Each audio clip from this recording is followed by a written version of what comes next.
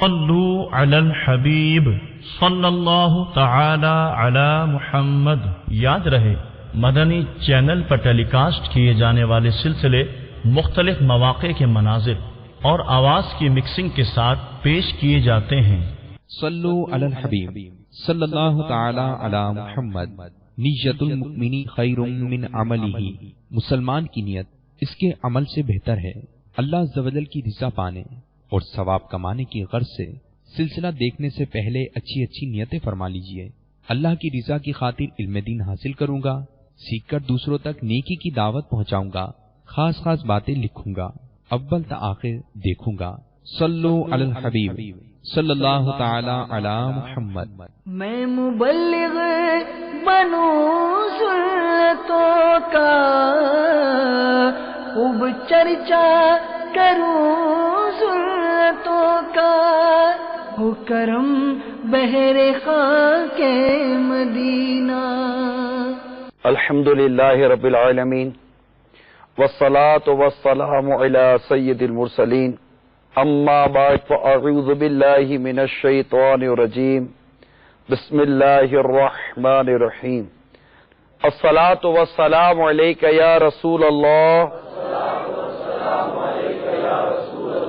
وعلی آلک واصحابک یا حبیب اللہ۔ الصلاة والسلام علیک یا نبی اللہ وعلی آلک واصحابک یا نور اللہ۔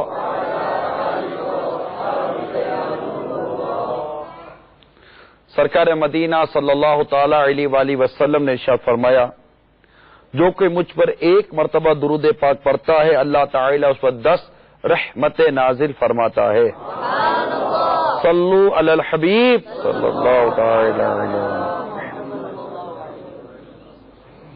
میٹھے میٹھے اور پیارے پیارے اسلامی بھائیوں، ہماری زندگی کا ایک بہت بڑا حصہ روزگار کمانا، کسب جس کو کہتے ہیں، ٹریڈنگ کہتے ہیں، جاب کہتے ہیں، اس میں گزرتا ہے۔ آج اس موضوع سے متعلق کچھ عرض کرنے کی کوشش کروں گا۔ ایک روایت میں امیر المومنین حضرت سیدنا ابو بکر صدیق رضی اللہ تعالی عنہ نے اپنے غلام کی کمائی سے دودھ نوش فرمایا۔ مختلف روایتیں ملتی ہیں۔ آپ کو بھوک بہت لگی تھی تو غلام کچھ کھانا لے کر آ گئے، اور ایک روایت کے مطابق دودھ لے کر آ گئے۔ جب آپ نے دودھ پی لیا تو ارشاد فرمایا کہ یہ کہاں سے لائے ہو؟ اس نے کہا کہ میں نے قوم کے لیے جھوٹ بولا تھا، جھوٹی خبریں دی تھی زمانہ ماضی میں۔ اس وقت کے میرے ان سے پیسے نکلتے تو ابھی راستے میں مجھے وہ نظر آئے، مجھے پیسے دے دیے، اس سے میں آپ کے لیے یہ خرید کے لایا ہوں۔ یہ سنتے ہی صدیق اکبر رضی اللہ تعالی عنہ نے اپنی انگلی منہ میں ڈال دی اور کے کرنے لگے، وومیٹنگ، کہ وہ جو چیز تھی وہ حرام کے مال سے آئی تھی، ناجائز مال سے آئی تھی، اور آپ کو یہ گوارا نہ تھا کہ میرے پیٹ میں کوئی ناجائز اور حرام چیز داخل ہو۔ اب یہ اتفاقی طور پر تھا، پتہ نہیں تھا، جیسے پتہ چلا آپ نے کی اور اس کو نکالنا چاہا، اور اس قدر کی، اس قدر وومیٹنگ کریٹ کی، اس قدر وومیٹنگ کی کہ آپ کو گویا کہ ایک تو یہ یقین ہو جائے کہ جو چیز پیٹ میں گئی تو نکل گئی، اور دیکھنے والوں کو لگا کہ جیسے کہ ان کی روح نکل جائے گی، یہ جان دے دیں گے، اور عرض کی اے اللہ، جو کچھ رگوں نے اٹھایا اور آنتوں میں مل گیا، اس سے تیری بارگاہ میں معذرت خواہوں اور تجھ سے توبہ کرتا ہوں۔ ایک روایت میں یہ بھی ہے کہ جب یہ بات پیارے آقا صلی اللہ تعالی علیہ وسلم کو بتائی گئی تو آپ نے فرمایا، کیا تمہیں معلوم نہیں صدیق اپنے پیٹ میں ہمیشہ پاکیزہ چیز ہی داخل کرتا ہے، رضی اللہ تعالی عنہ۔ تو میرے میٹھے اور پیارے اسلامی بھائیوں، اس سے ہمیں صدیق اکبر رضی اللہ تعالی عنہ کہ تقوی کا، پرہیزگاری کا، یہ تقوی تھا آپ کا، اور حرام اور حلال کے حوالے سے آپ کی جو مدنی سوچ تھی اس کا پتہ چلا.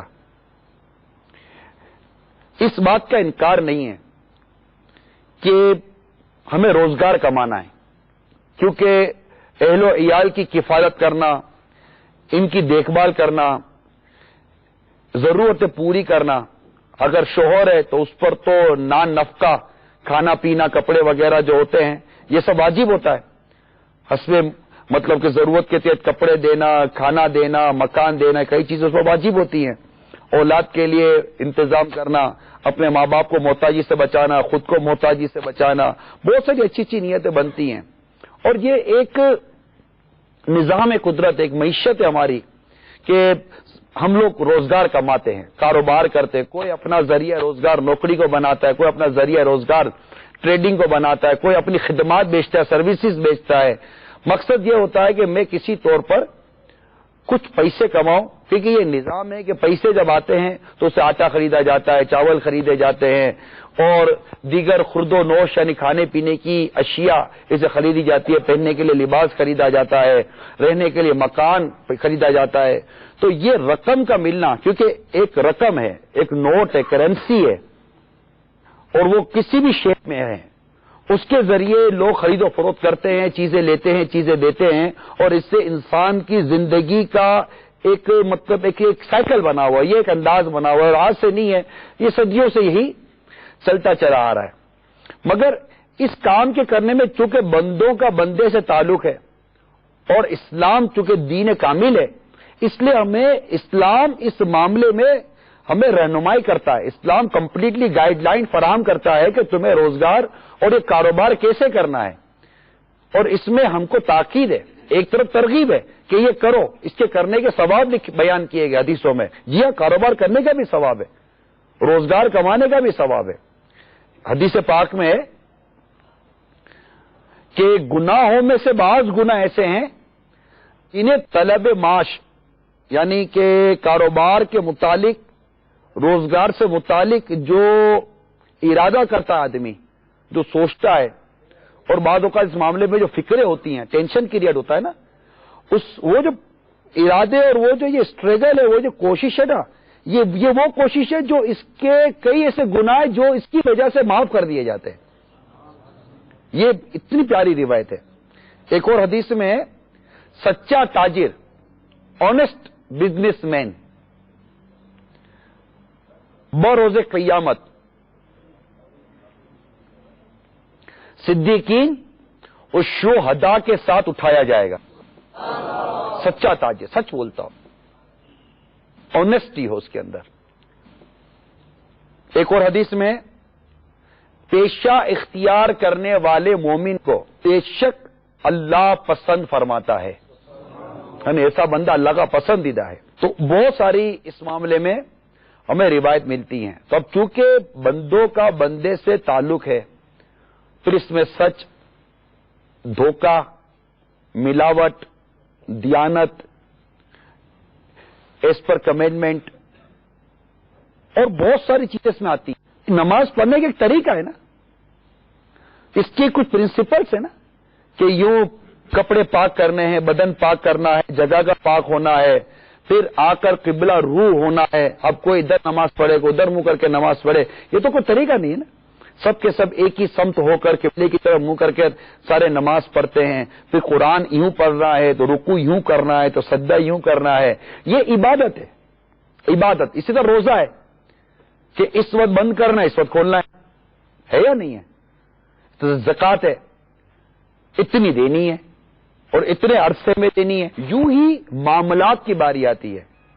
ایک وہ ہے کہ اللہ تعالیٰ کا بندوں کے ساتھ تعلق ہے، اور ایک وہ ہے کہ بندوں کا بندوں کے ساتھ تعلق ہے. اب اس کے بھی پرنسپلز ہیں تاکہ یہ لوگ آپس میں لڑے نہ، ان میں کسی قسم کا لڑائی جھگڑا نہ ہو، یہ ایک دوسرے کو دھوکہ نہ دیں، کیونکہ ان کے ساتھ شیطان لگا ہوا ہے، ان کے ساتھ نفس لگا ہوا ہے.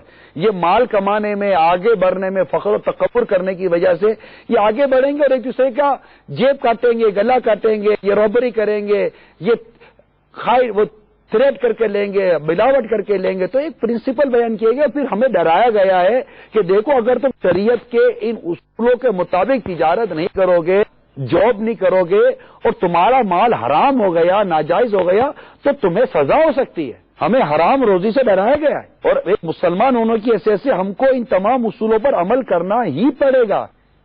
صلی اللہ تعالی علیہ وسلم کا فرمان حکمت نشان ہے، جو شخص 40 روز تک حلال رزق کھائے، اللہ تعالی اس کے دل کو روشن کر دیتا ہے اور اس کے دل سے حکمت کے چشمے اس کی زبان پر جاری فرما دیتا ہے۔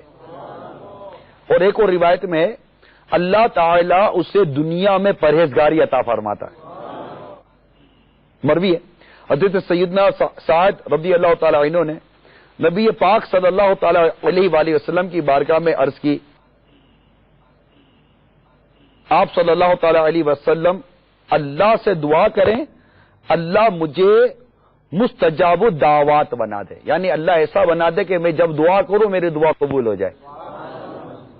تو اللہ کے پیارے حبیب صلی اللہ تعالی علیہ وآلہ وسلم نے ارشاد فرمایا، اپنے کھانے کو پاکیزہ بناؤ تمہاری دعا قبول ہوگی۔ ہم میں سے کس کی خواہش نہیں ہے؟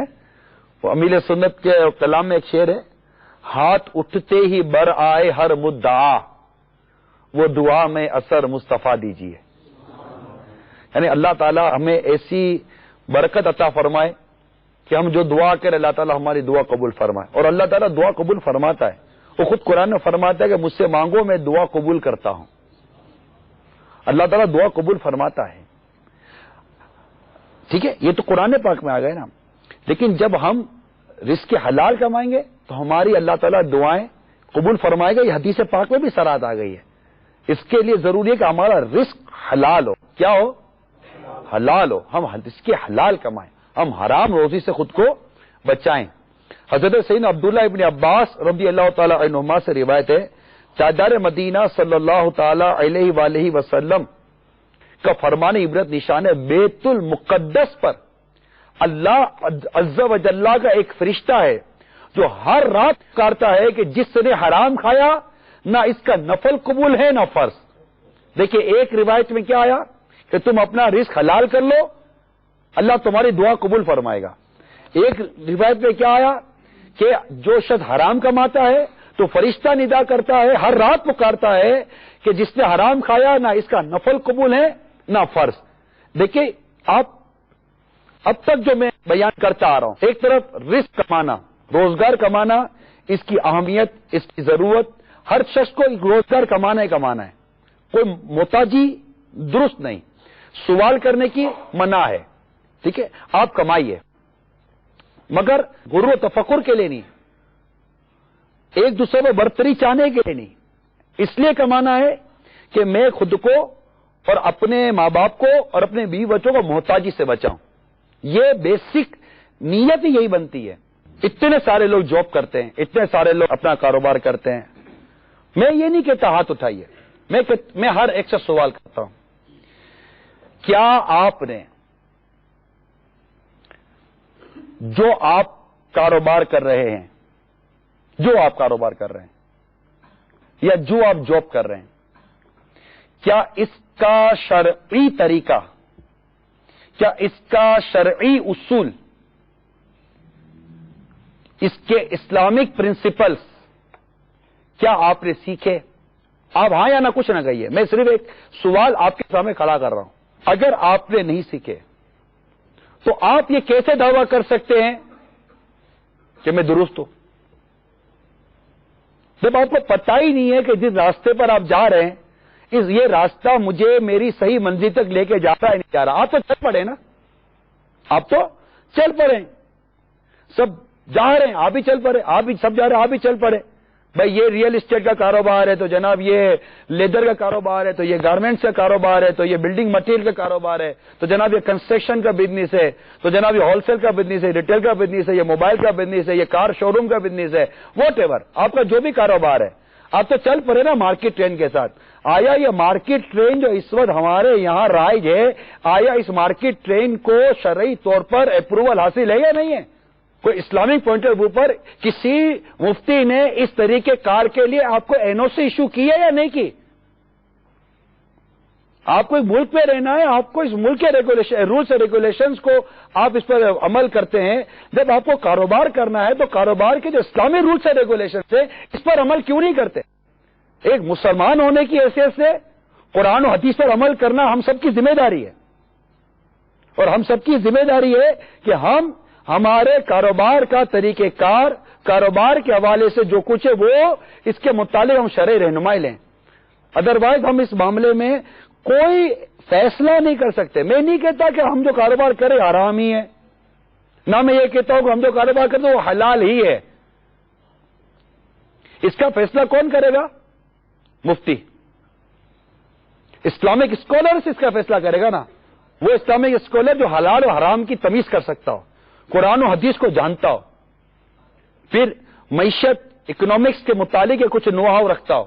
ہم اسے پوچھے تو صحیح, ہمارے پاس ٹائم ہی نہیں ہے کہ اس کو پوچھنے کا. نتیجہ کیا نکلتا ہے؟ جیسے گاڑی چل رہے ہم کہتے ہیں ویسے چل لے دو. اچھا, اب آپ کا ذہن بنا, آپ کسی سے مشورہ کرو گے, ہوتا ہے نا کہ یار وہ آج بیان تھا اور وہ بولا مولانا کہ پوچھو بھائی پتاری حرام ہے کہ حلال ہے ہمارا کرنا, کیونکہ بظاہر آپ سچ بول رہے ہو, لے بھی سچ بول کر رہے ہو, دے بھی سچ بول کر رہے ہو, مگر ایسے اصول ہیں کہ اس کے اندر بھی بعض وہ کمزوریاں جس پر عمل نہ کرنے کی وجہ سے سچ بولنے کے باوجود بھی ڈیل شرعی طور پر ناجائز ہوتی ہے. مگر میں اس وقت ان تمام تر پرنسپلز کی تہ میں نہیں جا رہا ہوں. میں ایک ایک چیز کھول کر نہیں بیان کر سکتا نا. آپ کے سامنے ایک موٹے اصول, ایک سمجھے کہ سوچنے کے لیے آپ کے سامنے کچھ چیزیں رکھ رہا ہوں.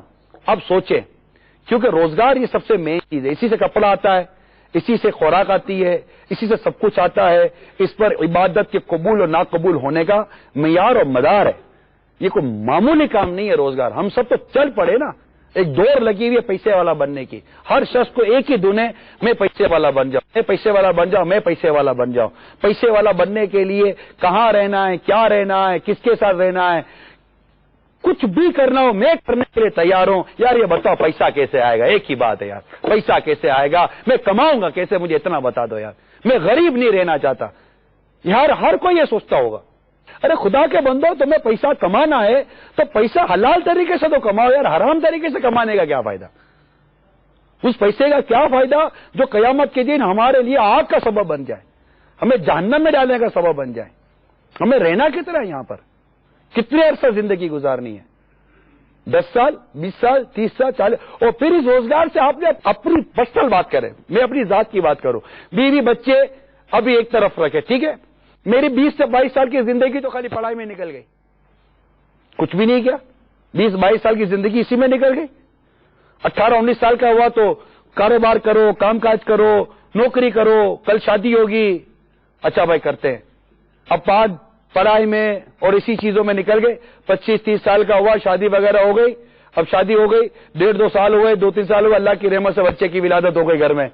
اب جناب 28-30 سال کا ہوا تو ایک بچہ ہے, تو ایک عورت ہے میرے گھر میں. اب میں اپنے لیے تھوڑی کما رہا ہوں, میں تو ان کے لیے کما رہا ہوں. بھائی میرا پیٹ 5,000 روپے میں بھر رہا ہے, لیکن مجھے گھر چلانے کے لیے 15,000 روپے چاہیے. پھر اللہ کی رحمت سے ایک بچہ اور ہوا, پھر ایک بچہ اور ہوا, 2-3 بچے ہو گئے. اب جناب مجھے 25-30 ہزار روپے چاہیے. میری زندگی 35-40 سال کی تو اسی میں نکل گئی. اب میرے بچے بڑے ہوئے, 15 سال 20 سال کے ہوئے, مجھے ایک ایکسپیکٹ ہے کہ میرے بچے جب بڑے ہو جائیں گے میں تھوڑا آرام کر لوں گا, اور آرام کروں گا تو بچے کما کر مجھے کھلائیں گے. باقی میں مشین کی طرح چل ہی رہا ہوں. اب اگر اللہ کی رحمت سے کوئی ایسی اولاد نصیب ہو گئی جو فرما بردار ہے, اطاعت گزار ہے, اور ہمیں کوئی کما کر کھلائے گی بھی, یا ہمیں کوئی ریسٹ ملے گا بھی, تو مل بھی گیا تو کتنا عرصہ, 8-10 سال, 15 سال, 55-63, تقریباً اس میں تو آدمی مر جاتا ہے. تو رہی کتنی زندگی ہماری, اور پھر اس کے لیے حرام کما کر قیامت کے دن اللہ کے حضور حاضر ہونا, کہ پھر یہی بیوی بچے اللہ کے حضور حاضر ہو کر خود فریاد کریں گے کہ اس سے حساب لے, اس نے ہم کو حرام کیوں کھلایا. اس وقت اگر ہم کہیں گے تو حرام تو تمہارے لیے کمایا, تو ہمارا یہ کہنا تھوڑی کو مانا جائے گا. بیوی بچے ساری نیکیاں لے لیں گے, بیوی بچوں کے گناہ لاد دیے جائیں گے, اور پھر ایسے شخص کو جہنم میں ڈال دیا جائے گا اور کہا جائے گا یہ وہ بد نصیب ہے کہ جس کے اوپر اس کے اہل خانہ کے گناہوں کا بوجھ ہے. انہی بھی بچوں کے لیے حرام کمایا اور انہی بھی بچوں کے لیے ہم جہنم میں چلے جائیں. اور پھر اس روزگار کی وجہ سے چلے یہ تو حرام ہے, حرام, اور جو میں ایک میٹر بیان کر رہا ہوں حرام کا, یہ اپنی جگہ پر ہے. اسی روزگار کی وجہ سے میں نماز قضا کر رہا ہوں, اسی روزگار کی وجہ سے میں جھوٹ بول رہا ہوں, اسی روزگار کی وجہ سے میں بددیانتی کر رہا ہوں, اسی روزگار کی وجہ سے میری جماعتیں جا رہی ہیں, اسی روزگار کی وجہ سے میں علم دین سے دور ہوں, اسی روزگار کی وجہ سے جبکہ مجھ پر ماں باپ کی خدمت فرض و واجب ہو جاتی ہے. اسلامی بھائی ملتے ہیں, میری ماں بیمار ہے, میرا باپ بیمار ہے, میرے باپ کو شوگر ہو گئی, میری ماں کا پاؤں کام نہیں کرتا, آپ دعا کر دو. ارے میں کہتا ہوں دعا کروانے والے, اس وقت تیرے ماں باپ کو تیری خدمت کی ضرورت ہے اور تو بیٹھا یا نوٹے کما رہا ہے. جا کر اپنے ماں باپ کی خدمت کر. اگر واجب ہے ماں باپ کی خدمت اور کوئی خدمت کرنے والا نہیں ہے اور اس کو ماں باپ کی خدمت اگر واجب ہوئی, اس میں لازم ہے کہ سب کچھ چھوڑے اور ماں باپ کے پاس حاضر ہو, ماں باپ کی خدمت بجا لائے. مگر کمانا ہے اور بہت ساری چیزیں جس پر غور کرنے کی ضرورت کہ ہم یہ کر رہے یا نہیں کر رہے. اولاد کی تربیت, روزگار کے کمانے میں مجھ پر جو اولاد کی تربیت جو مجھ پر فرض اور واجب تھی, اپنی اور اپنے اہل و عیال کی جانوں کو اس آگ سے بچانے کا حکم ہے مجھے. اے ایمان والوں, اپنی اور اپنے گھر والوں کی جانوں کو اس جہنم کی آگ سے بچاؤ جس کا ایندھن آدمی و پتھر ہے. مجھ پر جو میرے بیوی بچوں کی تربیت فرض اور واجب تھی, میں نے اس میں کوتاہی کی یا نہیں کی. اس کا سبب کیا؟ آپ بولو کہ میں نے انہی کے لیے تو کمایا. بھائی کمانا جتنا تھا اتنا کمائے, جیسا کمانا تھا ویسے کمائے. ہمیں اپنی چلانے کی اجازت ہے کب؟ تو اس کے لیے ضروری یہ ہے کہ ہم ہمارے کاروبار کا جو طریقہ ہے, ہمارے جو کاروبار کے جو اصول ہیں, پرنسپلس اور اکنامکس جو اسلام نے بیان کیے ہیں, اسکول میں پڑھے ہوئے نہیں, اس کو سیکھنا پڑے گا. اور یہ تمام تجارت کرنے نوکری کرنے والوں کے لیے بھی ہے.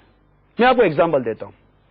آپ 8 گھنٹے کی جاب کر رہے ہیں اور اس جاب مثال کے طور پر وہ چوکیدار ہے, شاپ کیپر ہے, فار ایگزامپل, ٹھیک ہے, مثال شاپ کیپر ہے, اس کی رات کی نوکری ہے کہ دکان کی حفاظت کرے, بیٹھا ہو 8 گھنٹے اس کی جاب ہے, رات 12 سے لے کر صبح 8 بجے تک. صاحب سیٹ کہہ رہا میں 8 بجے آ جاؤں گا, پھر تیری چھٹی. رات 12 سے صبح 8 بجے تک تو نے میری دکان کی حفاظت کرنی ہے, دیکھتے رہنا ہے کہ کوئی آ کے میری دکان سے چوری کر کے نہ چلا جائے, کوئی میری دکان لوٹ کے نہ چلا جائے.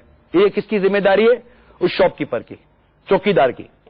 اب 1 بجا 2 بجا 3 بجا سو گیا, اچانک 2 گھنٹے کے بعد اس کی آنکھ کھلی, وہ اپنی جاب پوری کر رہا ہے.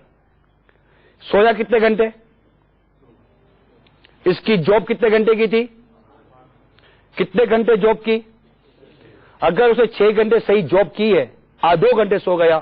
اب یہ 2 گھنٹے کی مزدوری اجارہ لینا اس کے لیے جائز میں اگر لے گا تو یہ رقم اس کے لیے حرام ہے.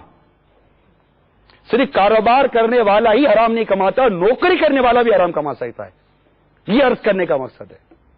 میں نے ایک چھوٹی سی ایگزامپل آپ کے سامنے رکھی ہے نا, چوکیداری کی, یوں ہر جاب کے بارے میں. تو ہم سب جب تک اصول سیکھیں گے نہیں, اس پر عمل کیسے کریں گے؟ اور پھر حلال کے جو فوائد ہیں, یعنی آپ یہ دیکھیے کہ پیارے آقا صلی اللہ تعالی وسلم نے ارشاد فرمایا, عبادت کے 10 حصے ہیں جن میں سے 9 حصے طلب حلال میں ہیں. اتنی بڑی میجورٹی طلب حلال میں رکھی گئی. اس کو میں بار بار آپ کو زور دے رہا ہوں کہ آپ اس کو یوں نہ سمجھے کہ یہ جناب چلو ایک اجتماع ہے, بیان ہے, سمجھا رہے ہیں, آپ نے سر ہلا دیا چلے گئے. میں پلیز ریکویسٹ کر رہا ہوں آپ سے, اجتماع ہے, اجتماع دعوت اسلامی کا ہوتا ہے اس لیے کہ ہم اپنی دنیا اور آخرت کو سنواریں, سنت کے مطابق اپنی زندگی بنائیں. دعوت اسلامی کا اجتماع کا پرپس کیا ہے؟ یہی نا. اب جب یہ اجتماع ہم آئیں تو کچھ سوچ کر آئیں کہ اپنی قبر و آخرت کو بہتر بنائیں گے, خود کو نیک بنائیں گے. اب جس شخص کا روزگار ہی صحیح نہیں ہے وہ نیک کیسے بن سکتا ہے؟ یعنی تقوی کے لیے بنیادی بات یہ ہے کہ وہ گناہ کبیرہ سے بچے. حرام روزی سے نہیں بچے گا تو کاہے کا عبادت گزار اور کاہے کا یہ متقی اور پرہیزگار بن گیا, کاہے کا نیک بن گیا کہ اس کا روزگار ہی حرام ہے. پھر اپنے بیوی کو حرام کھلا رہا ہے, اپنے ماں باپ کو حرام کھلا رہا ہے. یہاں پڑھی کسی کو نہیں ہے مدد کے ساتھ, میں دیکھا, میں آپ کو دوبارہ کہہ رہا ہوں, آپ پڑھی کسی کو نہیں ہے. آپ تھوڑا سا بریک لگاؤ گے, تھوڑا سا سوچو گے, آپ کا بچہ کھڑا ہو جائے گا, ابو یہ کیا کر رہے ہو, بیوی کہے گی آپ کیا کر رہی ہے, ماں باپ کہیں گے کیوں تو بھیج رہا تھا, کیا ہو گیا, اب آپ بولو گے کہ میں یوں سوچ رہا ہوں, میں یوں کر رہا ہوں, میں حلال بنا رہا ہوں. تو معذرت کے ساتھ اللہ تبارک و تعالیٰ میں محفوظ فرمائے, ہماری بدقسمتی ہے, ہمارے میجر, دیکھیں میں سب کا نہیں کہہ رہا, لیکن ایک بہت بڑی تعداد ہے جس کو اس بات کی کوئی پرواہ نہیں ہے کہ ہمارا کمانے والا کہاں سے کما رہا ہے. آپ کو کبھی کسی نے پوچھا, ماں باپ نے پوچھا کہ بیٹا تو جو ساؤتھ افریقہ کمانے کے لیے گیا ہے, تو جو ہمیں کما کر بھیج رہا ہے, بیٹا تو حلال کما رہا ہے, حرام کما رہا ہے؟ مجھے نہیں لگتا, بہت کم ماں باپ ہوں گے, بہت کم ماں باپ ہوں گے کہ بیٹا تجھے 1 روپیہ نہیں کماتا تھا کہ ایسا کیا تیرے ہاتھ میں کو سونے کی چڑی آ گئی, تیرے ہاتھ میں کو سونے کے بسکٹ لگ گئے کہ تو راتوں رات ہم کو مطلب کب اتنے پیسے بھیجنے لگ گیا.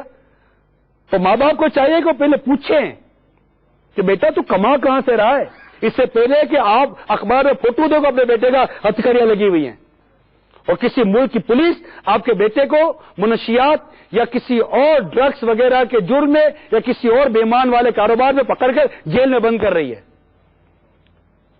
پھر آپ مجھے تھوڑی پتا تھا میرا بیٹا یہ کام کر رہا ہے, تو آپ نے پہلے کیوں نہیں پوچھا تھا؟ اپنے پیسے آ رہے تھے سب اچھا لگ رہا تھا, بیوی کو خرچہ مل رہا ہے تو سب اچھا لگ رہا ہے, بچوں کو پاکٹ منی مل رہی ہے تو سب اچھا لگ رہا ہے. میرے باپ جیسا کوئی باپ نہیں, واقعی آپ کے باپ جیسا کوئی باپ نہیں. جس دن آپ کے باپ نے آپ کی پاکٹ منی روکی, اس دن آپ اعلان کرتے پھرو کہ میرے باپ جیسا کوئی کنجوس باپ نہیں ہے, میرے باپ جیسا کوئی بخیل باپ نہیں ہے. یہ بھی کوئی باپ ہے؟ کیونکہ وہ آپ کی قدر کب کرتا ہے جب آپ اس کو شریعت اور طریقت اور اسلام کی چند باتیں بتاتے. اس کی تو ساری بیسی پیسہ دولت بنی ہوئی ہے. کتنی ایسی اولاد ہے جو باپ کی اطاعت گزار ہیں, باپ ایک دفعہ پیسہ روک کر یار چیک تو کرے, پتہ چلے کہ بیٹا کتنا اطاعت گزار ہے. یہ ایک ایسے چوٹ کرنے کے لیے بات کہہ رہا ہوں. یہ ساری رکاوٹیں آ سکتی ہیں, مگر ہمیں اللہ تبارک و تعالیٰ کی بارگاہ میں حاضر ہونا ہے, یہ یاد رکھیے. ایک دن ہمیں اللہ کی بارگاہ میں حاضر ہونا, ہم نے دنیا سے جانا ہے. یہ مال, یہ اسباب, یہ کاروبار, یہ بیوی بچے سب یہی رہ جائیں گے. ان سب کے حقوق کی ادائیگی ضروری ہے, لیکن اللہ کی فرما برداری کرتے ہوئے, قرآن و حدیث پر عمل کرتے ہوئے. مارکیٹ میں رہنا یہ نہیں کہتا کہ مارکیٹ میں نہ رہیں, جائز حلال طریقے سے مارکیٹ میں رہیں, جائز اور حلال طریقے سے روزگار کمائیں. سب چیز غور کیجئے. جو آپ نے پرچیزنگ کی ہے, آیا یہ پرچیز کرنا جائز تھا یا نہیں تھا؟ میں نے جو کنڈیشن لگائی, جو شرط لگایا, آیا یہ کنڈیشن اس ٹریڈنگ کے اندر, اس ڈیلنگ کے اندر یہ کنڈیشن کرنا جائز تھا یا نہیں تھا؟ یہ ساری باتیں پوچھنے کے لیے اللہ تعالیٰ میں مدنی سوچ عطا فرما دے. رہی بات ایک اور پہلو, آپ کا ڈر نکالنے کے لیے کہہ رہا ہوں, یہ پیسہ جاتا کہیں نہیں ہے.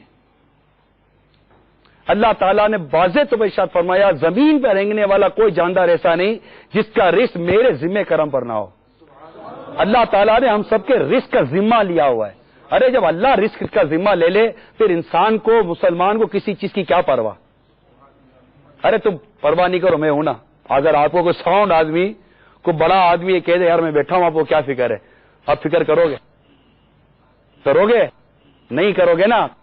رب فرماتا ہے میں, رب ذمہ لے رہا ہے, اپنے کرم سے ذمہ لے رہا ہے. تو پیسہ کہیں نہیں جاتا, پر ہم رزق کمائیں اس کی اطاعت کرتے ہوئے, اس کو راضی کرتے ہوئے. وہی زندگی دینے والا ہے, وہی موت دینے والا ہے. بیمار ہوتے تو وہی صحت دینے والا ہے. ہم پیاسے ہوتے پانی وہ دے رہا ہے. پانی میرے سامنے آیا, اب یہ 1 گلاس پانی میں نے پیا. اب اللہ اگر اس پانی میں سے جو میں پی رہا ہوں پیاس بجھانے کی تاثیر چھین لے تو میں سمندر پی جاؤں, میری پیاس نہیں بجھے گی. ٹھیک ہے؟ اور اللہ تعالیٰ اس پانی میں اگر کہ وہ ایک ہی قطرہ ہو, اس میں پیاس, میری پوری پیاس بجھانے کی تاثیر ڈال دے تو میری پیاس بجھانے کے لیے اس پانی کا 1 قطرہ کافی ہے یا نہیں ہے؟ اللہ تعالیٰ جس مال میں برکت دے گا وہ پورا ہو جائے گا، اور وہ ملے گی اس کی اطاعت اور فرما برداری سے، حلال سے ملے گی۔ یہ اتنی اہم بات ہے جو ہماری موٹی عقل میں آتی نہیں ہے۔ ہم سمجھتے پیسہ ہوگا تو گزارا ہوگا، میں کہتا ہوں اللہ تعالیٰ چاہے گا تو گزارا ہوگا۔ اللہ تعالیٰ شفا دے گا تو شفا ملے گی، ورنہ انجیکشن پہ انجیکشن کھاؤ، ڈریپوں پہ ڈریپیں چڑھاؤ، تم کچھ بھی کر لو، مہنگی سے مہنگی ٹیبلٹس لے لو، اللہ تعالیٰ نے اسے شفا لے لی، وہ دوا تمہیں شفا نہیں دے سکتی۔ وہ بغیر دوا کے شفا دینے پر قادر ہے۔ میں اس کی فرما برداری کو چھوڑ کر میں جھوٹ پر، خیانت پر، دھوکے پر، ملاوٹ پر اس پہ یقین کروں، معاذ اللہ ثم معاذ اللہ میری مت ماری گئی ہے کہ میں حرام کماؤں؟ نہ بابا، میں حرام نہیں کماتا، اور ہم حرام نہیں کمائیں گے، ہم حلال کمائیں گے۔ بس تھوڑا کمائیں گے مگر حلال کمائیں گے، تھوڑا کمائیں گے مگر۔ سرکار مدینہ صلی اللہ تعالی علیہ وسلم نے ارشاد فرمایا، جس شخص نے گناہ کے ذریعے مال حاصل کر کے، گناہ کے ذریعے مال حاصل کر کے اس سے صلہ رحمی کی یعنی رشتہ داری نبھائی، یا صدقہ کیا، مسجد بناتے ہیں، مدرسہ بناتے ہیں، یا کسی اور قسم کا صدقہ کیا، یا اس سے اللہ کی راہ میں خرچ کیا، تو اللہ تعالیٰ اسے یہ جو کیا نا اسے اس سبب کے ساتھ جہنم میں ڈال دے گا، حرام روزی سے، گناہ کے ذریعے جو مال کمایا۔ لہذا یہ چیک کرنا بہت ضروری ہے میرے میٹھے پیارے اسلام بھائیو، میرا مال کہاں سے آ رہا ہے، اور انشاءاللہ ہم چیک کریں گے۔ آنکھیں کھول لو اس سے پہلے کہ آنکھیں بند ہو۔ یہ آنکھیں بند ہونے کے بعد جو آنکھیں کھلے گی نا نیچے جا کر، پھر صرف افسوس ہوگا، پھر کو واپسی نہیں ہے، پھر جو چھوڑا وہ چھوڑا، اس کے ساتھ جو سلوک ہوگا وہ ہوگا۔ حضرت سیدنا ابن عباس رضی اللہ تعالی عنہما نے ارشاد فرمایا، اللہ عز و جل اس شخص کی نماز قبول نہیں کرتا جس کے پیٹ میں حرام غذا ہو۔